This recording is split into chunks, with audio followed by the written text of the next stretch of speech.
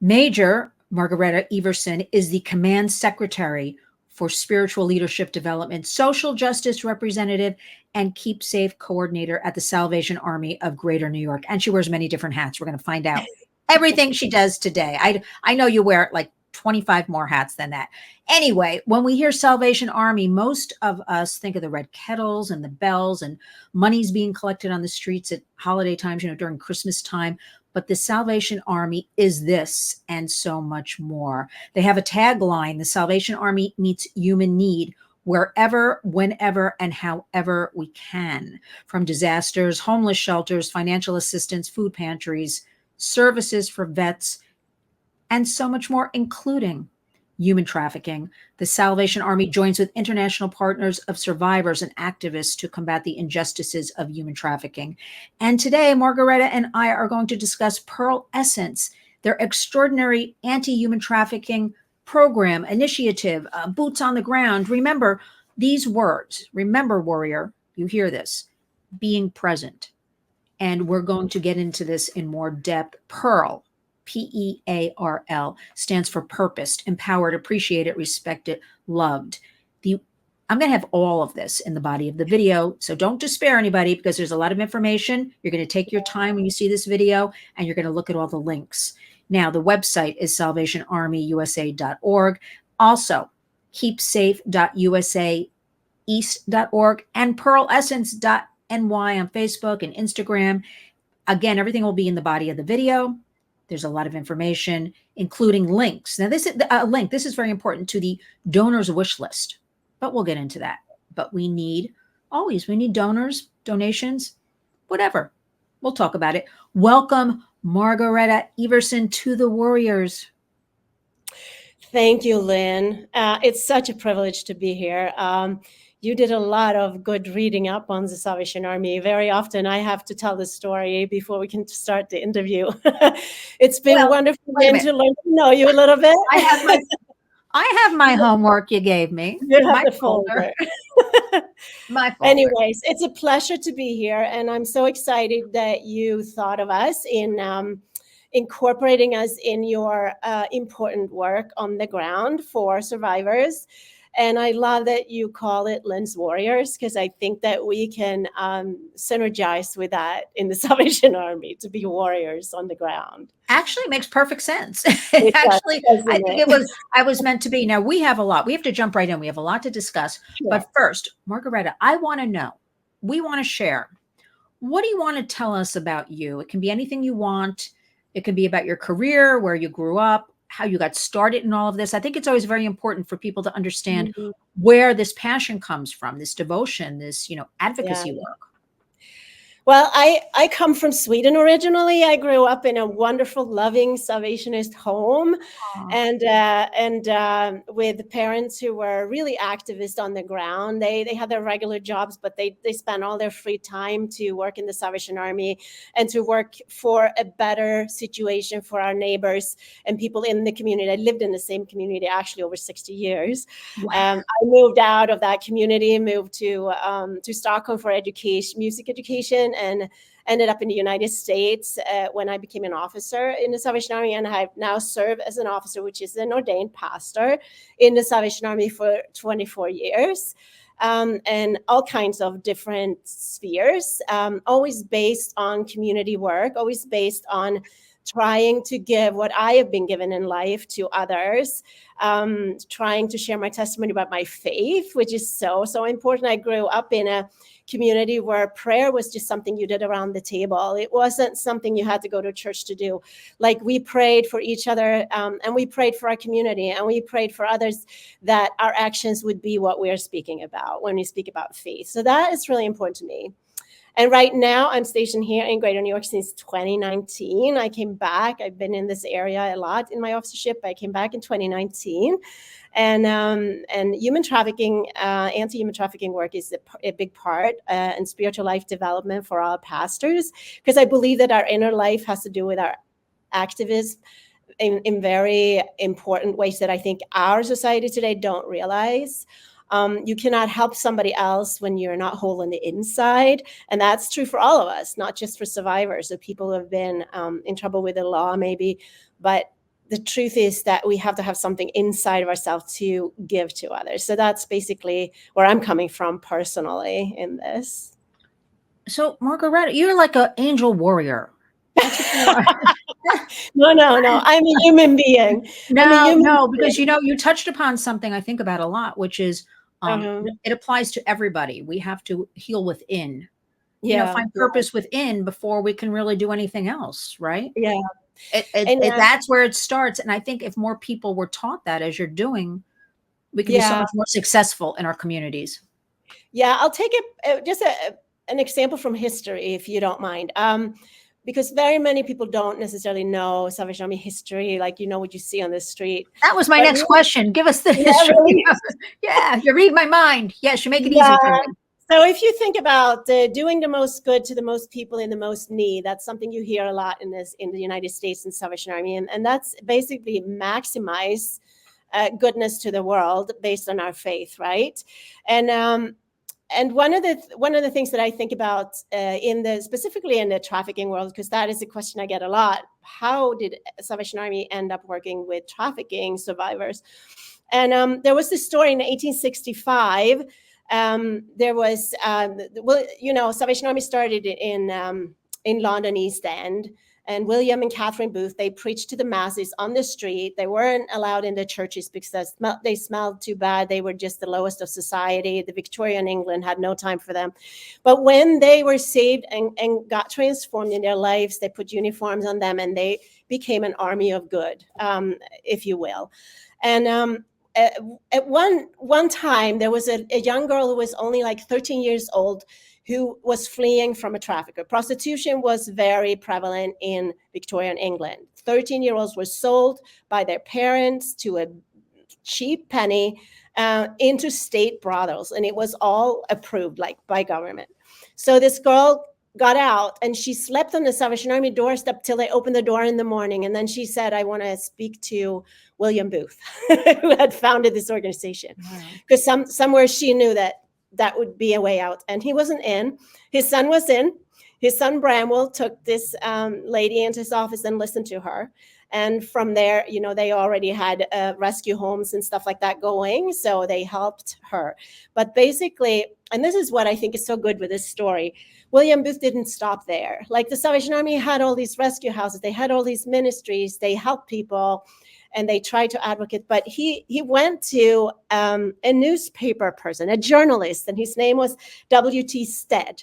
He was the editor of the Pall Mall Gazette, the famous newspaper in England at the time. And he advocated with him and he understood the problem. So he wrote something called The Maiden Tribute to Modern Babylon.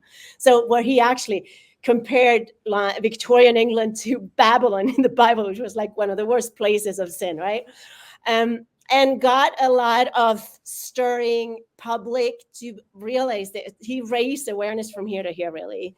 And Catherine Booth, who was very, she was a very good speaker. She was very intellectual. She went to Queen Victoria and the Prime Minister and talked about this. And they, wow. and at that point, things started to change. In order to prove how easy it was to traffic a young woman, W.T. Stead bought a girl from her parents to a cheap penny. And then he made sure that everybody knew that he hadn't taken advantage of this girl. But he still ended up, him and Bramwell Booth were arrested for this.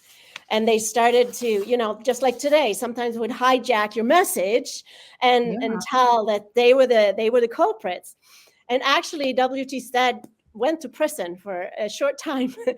And once they raised the consent from 13 to 16 at that point in England through a law. But he wore his prisoner outfit every year on the anniversary of that date to commemorate that he had been part of that process. And later in life, when he visited William Booth, when he was older, he was telling him, I'm going on this maiden journey on Titanic. So he was actually one of the people on Titanic who succumbed in the waves. Wow. So this story is just so important to me because it's like going above and beyond what you think is your job. Like our job is, of course, doing our community centers in the Salvation Army, but our job is also to collaborate with government, to collaborate with our partners in the community. For us in P.E.A.R.L Essence, to collaborate with law enforcement so survivors can get the help they need, even to the point of prosecuting the offenders, right? So Salvation Army has often been that like in between kind of organization who can make it happen, because we have a presence in over 134 countries. And if you travel through the United States, almost in every little community, there is a Salvation Army of one sort or another, right? It might be a rehabilitation center, might be a community center, it might be a small church that you don't hear a lot about, but the effect of our mission is very often in partnerships with the community. And we are a faith-based organization, but that is not a hindrance for others to work with us, because I think that they know that we're not out to proselytize. We always have the survivor and the people on the ground on our eyes, and how can we help? So that's basically a story that kind of, I feel, tells a lot about how we place ourselves in society and how we can be preaching the gospel of Jesus Christ, of course, but also by action, show what that means for anybody to become active and do something in their community. I mean, absolutely. I will find a link for that story because I want to include that in the video. Yeah, sure. I think it's very important people realize, again, because people really do think of the bell, the red kettle. They do not understand the great work, the really boots on the ground for years in all of these different countries doing this work. And, Margaretta, more slavery today. It is slavery, human trafficking. Yeah. In the world, in the United States, around the globe, than ever before. And we constantly see, this 40.3 million people enslaved. That's an old figure, I am told. Yeah. We also always see $150 billion business. That is an old figure. It is in excess of close to 350 billion that we know about. And the last figure I saw, I don't see media covering it too much. We do here at the Warriors, 50 million plus people. Yeah. So we don't even know something so dark and ugly like this. We don't have current studies or stats. It's hidden, a lot of it. If it's one person, it's one person too many. I want to know, give us, what is your thought right now? Because the story you just described, okay, about the Salvation Army getting involved with trafficking really isn't different from what's happening today. Exactly. Somebody buying a 13-year-old, right? Bought, right? Yeah. Human rights abuses. And again, this is not even a political talking about human trafficking. It's belongs to no political party. These are human rights abuses. What are your feelings that you want to share? We know it's ugly, dark, escalating. What's going on? What do you want to say about that? So yeah, it's easy to be overwhelmed, right? And I think that's really important when we talk about anti-human trafficking. The average person on the street who might be wanting to do something or sense, oh my, I can't even take in this information. You can't take in these numbers, whether they're true or not, because it is so overwhelming. And I think that very often in our society, our lives are tough as they are, right? We all have our families, our issues, raising children in this day and age. It's a feat, right? How do I protect my children from being trafficked online, which is the biggest platform where young girls and boys are being trafficked. Yes. So I think it's very important to think about this, that we work in the macro, of course. We understand the bigger picture, but in the micro, how can I make a difference? And I think what the Salvation Army did in 2020 was to come up with a framework, a freedom framework, as they call it. And it's a fight for freedom strategy. And I think strategies are more important than ever today to break down what is it that we're trying to do here. And I think those kind of, it's built on 8 P's, and it's not going to be an 8-point sermon here, but I want to just mention what those areas are. And prayer is one of them, of course, in the Salvation Army, because we realize that, and I think that is something that all people who work with anti-human trafficking has to realize, that the ocean is so wide and I'm just a drop. and that can be paralyzing, but that can also be empowering.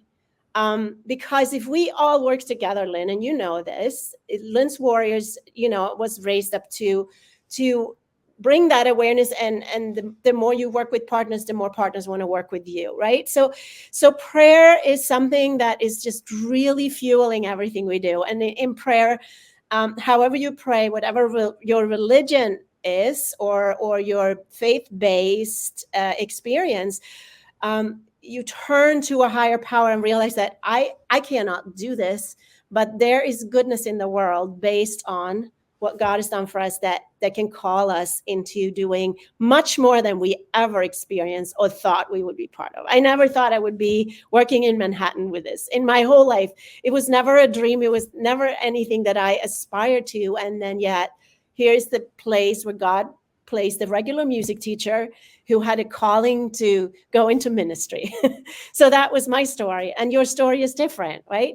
Something different but similar. Different. My story personally is actually, I know you're in the art. Similar, right? Yeah, but it finds us, and yes, I think when something finds you, you have to search further. And it's beautiful to be able to be part of being empowered rather than overwhelmed. And I think that is something that people today need. They need something that is like a structure, and prayer is part of that. Participation is part of that. The Salvation Army presence in every community, like I said, we are strategically placed. So if there is a disaster in Beacon, New York tomorrow, the church is already there, and they will go out and serve, and they will wait for other people to come in and help. And that is basically what happens in many parts of the world of the Salvation Army, where other organizations can't get even in through country borders, but the Salvation Army is already there. So we always build on the basic from the bottom up. So I think that's an empowerment. Prevention, of course, education, awareness, influence. We can never stress that. We have a whole program in P.E.A.R.L Lessons for educating, training people, having them work with us, and then debrief their experience. This is like an ongoing strategy for everything we do, because people need to be educated and filled with awareness, empowered to do something. And then they need to be able to be part of doing something. And sometimes we go out to very dangerous places. So there is a lot of security around it. And there's a lot of training. And then we debrief that experience. And that is key for our volunteers, I tell you, for not experiencing burnout. We see a lot of activists in our day that will go and go and go and burn out and never want to see the ministry again, right? So we build up ourselves, our connection with God, as well as refining our service and asking ourselves, is this working? One of the points is proof. What's the proof that what I did the last 5 years is actually leading somewhere? I mean, if every one of us asks that question honestly to ourselves, we can also find ways of refining things. And that often happens in community, yes, right? When different organizations come together and say, this is a problem. It happened during COVID. Everybody went online. All the service providers in New York City, law enforcement, everybody sat on a screen and said, we don't know what to do. What are you doing? They said to Salvation Army. Well, we're serving meals. We're going to people's doorsteps with boxes of food. And we did that during the pandemic in Greater New York to over 9 million people. Wow.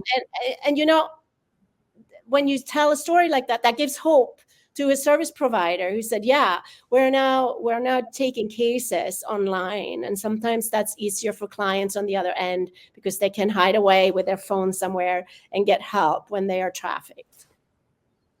Wow. So that you led me into 50 questions.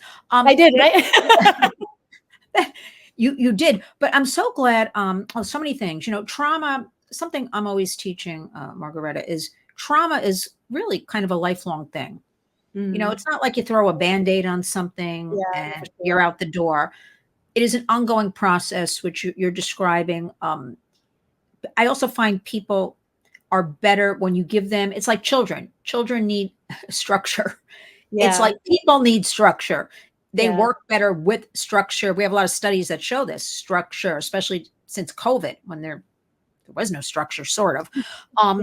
And also a lot of people we work with at the Warriors, they are so empowered They may not be able to actually help themselves. Helping others Yeah. empowers them, so while they're dealing with that, but helping others gives them that purpose, that structure, that I feel good about myself.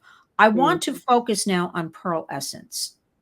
Yeah. What's going on with it that you want to discuss? Where do you see the growth for it?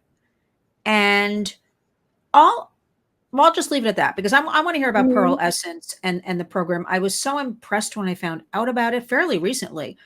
Yeah. Again, as you pointed out, I look at all this human trafficking work. Nobody can do it alone. I look at it like a big wheel with a lot of spokes. This is just me, and Mhm. we're all like Yeah, a of spoke course. that makes the wheel Yeah. go around.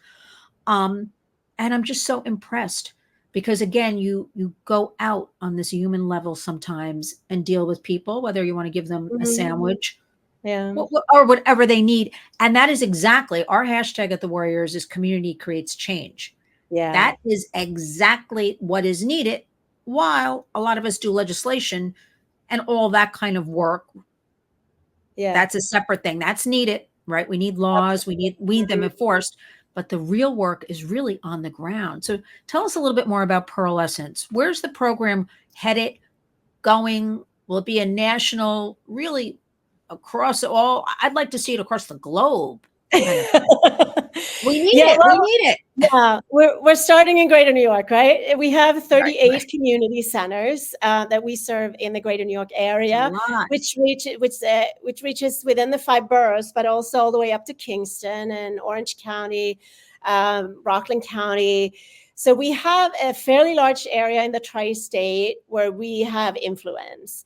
And I work at divisional headquarters, which means that we serve these locations. Every one of those locations have local pastors that I train and engage with on an everyday basis, as well as social workers and volunteers.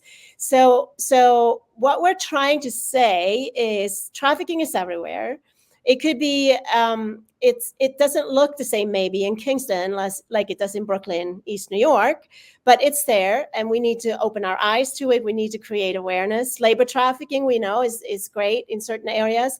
It's not so easy to find. Um, but what we're trying to do is to understand that everybody can be part of Pearl Essence in some way.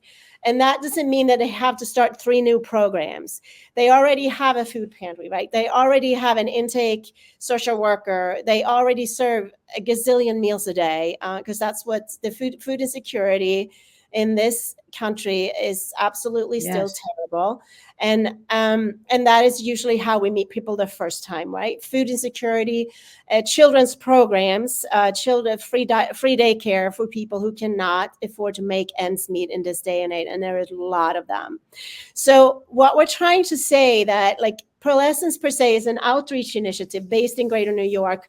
It's dedicated to supporting individuals in settings where there is an increased risk for trafficking and exploitation.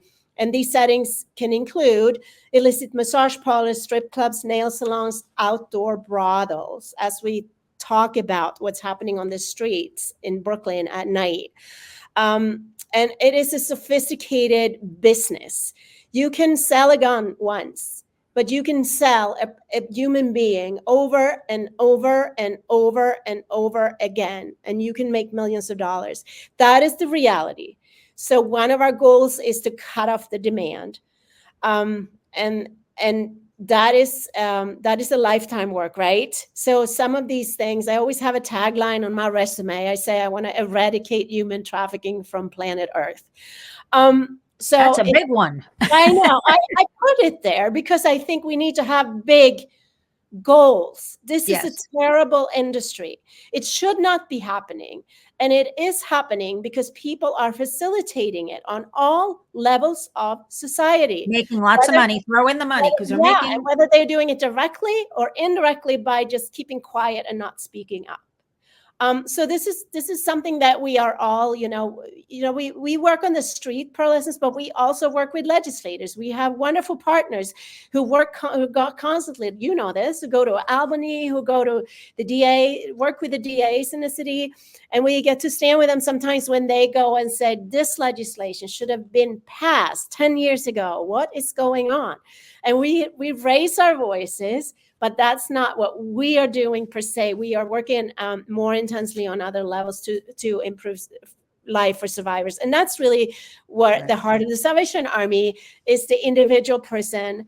And that's why pearlescence is so important, because as we meet a survivor, maybe for 30 seconds somewhere, we want them to know that we are their friends. We're not there to arrest. We're not there to refer them anywhere that they don't want to be referred to. But we're also sometimes the only voice of hope that person remembers. And one of the beautiful things is we remember names.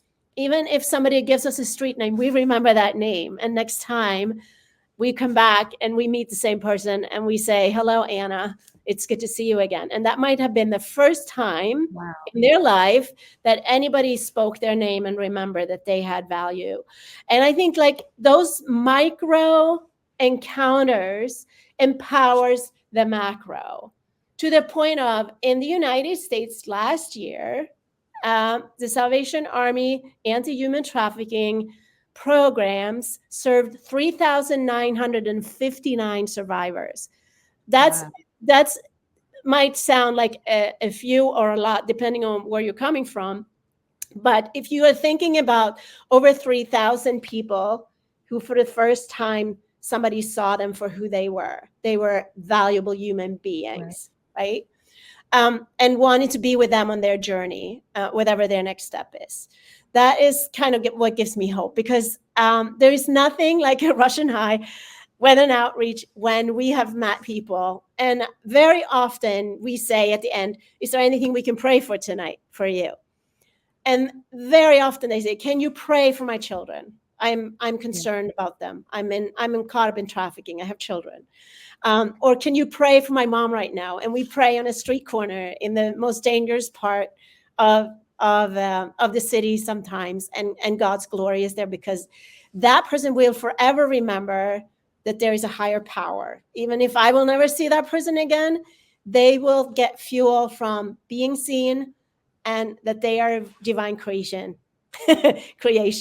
And that might give them hope to go somewhere. And very often they will show up at one of our service providing places for food or for just a chat. And they know these people are my friends. That's it. They're not judged. They're just going to have empowerment from another human being or whatever they may need. I just want to go back on something I think is very important. Yes, you are these boots on the ground doing all this work. At the Warriors, we're part of something called New Yorkers for the Equality Model, because we're based here in New York. Exactly. And equality model is based on end demand and holistic healing.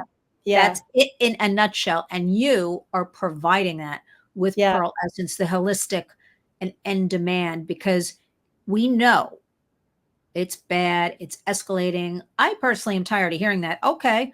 But you mentioned proof. Let's see what works. Let's see how we can make it better. Let's see how we can move ahead. What I think of, you may not have thought of, or you think of something I don't. To me, that is what we need to do more of. Okay. Not just talking about it, really taking action and being a warrior and making change. And even if that change is one person at a time, that's good enough. Like, we have to think of it that way and not get overwhelmed with what's going on. Finish us up. What are some final words you want to share with us?